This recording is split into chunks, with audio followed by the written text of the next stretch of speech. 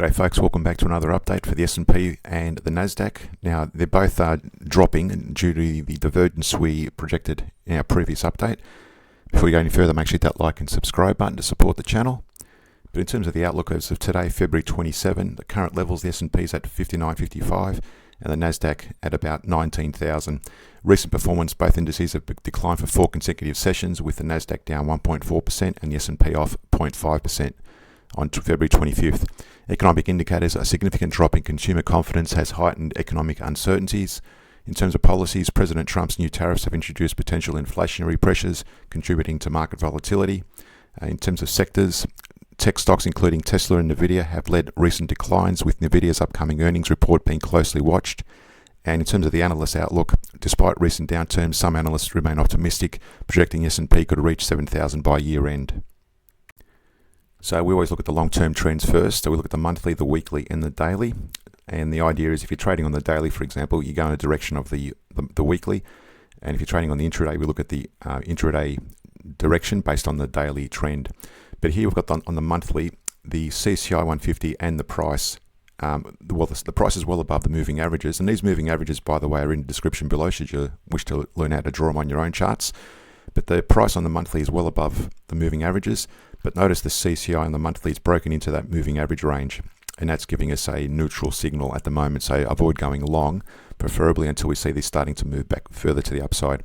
Now you'll also notice if I zoom in on the monthly for a minute, we've got this very long-term bearish divergence, lower highs on the CCI versus higher highs on the price, and we projected our target range here to be between that 23-38% Fibonacci retrace level.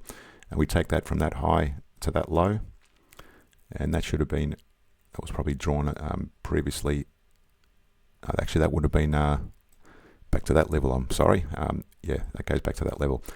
So that's our 23-38% minimum retrace.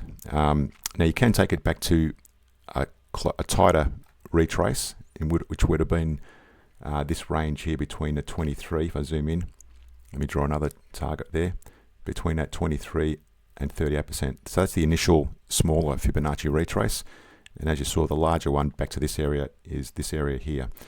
Now, we did have another long-term bearish divergence back here. You can see there lower highs on the CCI, almost a double top on the CCI versus higher highs on the price. And that actually pulled back and hit our minimum retrace, and I stress minimum, back to this range there. And again, these have been adjusted a bit. But that would have been the 23-38% level. You can see there it bounced in there, and more than 90% of the time it hits this minimum retrace, and often or not it just bounces out. Sometimes it breaks right through. So in this case, it's actually bounced out of that range after hitting the targets. So at the moment on the monthly, long story short, we've got a bearish divergence. Now the price can still rise, but once we start seeing decline, then we start potentially looking at target areas, as I've already indicated. Now we look at the smaller range or the shorter range target range. It's on the weekly and the daily. So on the weekly, we've had another bearish divergence here. You can see that a couple of them hit that range, bounced out. Another one hit this range here. At the moment, the CCI is still dropping on the weekly, so be careful about going long. I'd like to see this break higher on the CCI to be bullish on the weekly. And on the daily, we did draw this previous resistance up there at 61.28. Now I'm going to move this to that slightly higher point at that where that previous that after our last video, that's a new resistance area. We did have this bearish divergence versus higher highs on the CCI. So from that same point, you can see there that's a higher high on the price versus a double top on the CCI, and that's dropped off. Now again, if you to draw a Fibonacci range between that high and that low, you can see that it's fallen right through that 23-38% level. And currently it broke through the 50% and actually touched the 61%, which is the key area on Fibonacci's. And it's bounced out of there. At the moment, it's causing this little consolidation around 50% retrace level. It looks like if it breaks through that 61%, the next level of support will be this descending diagonal trend line. Then if it falls through that, then we'll just take it one step at a time. But at the moment on the daily, we're bearish on both the price and the CCI. Now if we go to the intraday charts, we use the daily as a reference. We take short trades only on the intraday. Let me just clean it up a bit. So from that point on, you would have taken short trades here. So since our last update, you'll notice here we had another bearish divergence between that high and that low, and in the same range up to that point. You can see there it broke through a couple of times through those moving average ranges, then it finally collapsed. In this case, it went well beyond the 100% retrace. So if you draw a Fibonacci on the hourly to that level, it broke right through that, more than 100% on that range. And if you took it back down to that level, it actually came down 100% on that range as well.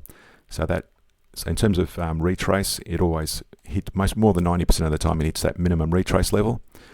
And in this case, it's actually fallen right through that level. So we'll just consider that a bearish outlook. Now you'll notice here we had a bullish divergence. So we take it to that level there, higher lows on the CCI versus lower lows on the price. And what we do then is we draw a Fibonacci on the long side. You take it back to that high, and you can see there it's broken right through that 23.38% level again. So draw that target range.